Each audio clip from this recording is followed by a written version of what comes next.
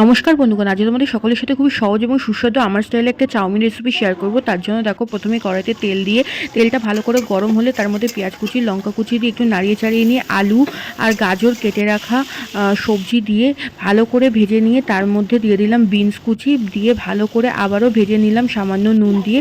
তারপর দিয়ে দিলাম এর মধ্যে 3টে ডিম ফাটিয়ে ডিমগুলোকে ভালো করে সবজির সাথে মিশিয়ে নিয়ে অনেকক্ষণ ধরে ভালো করে ভেজে নিয়ে দিয়ে দিলাম এর মধ্যে শেজওয়ান সস, টমেটো সস আর সয়া সস দিয়ে ভালো করে মিশিয়ে নিয়ে তার মধ্যে দিয়ে দিলাম একটু গোলমরিচের গুঁড়ো আর ম্যাগি মশলা দিয়ে আবারও ভালো করে এটাকে ভেজে নিয়ে তার মধ্যে আগে থেকে সেদ্ধ করে রাখা চাউমিন দিয়ে ভালো করে কিছুক্ষণ ভেজে নিলেই রেডি হয়ে গেল আমাদের ম্যাকাও চাউমিন। হ্যাঁ, আমি এটার নামকরণ করেছি ম্যাকাও চাউমিন।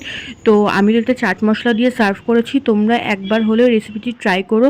কেমন লাগলো অবশ্যই আমাকে কমেন্ট করে জানাবে। ভালো লাগলে লাইক, শেয়ার, সাবস্ক্রাইব করে দেবে। আর যারা আমার ফেসবুক থেকে দেখছো তারা অবশ্যই পেজটিকে ফলো করে দেবে। সবাই খুব ভালো থাকবে। Tata, bye bye.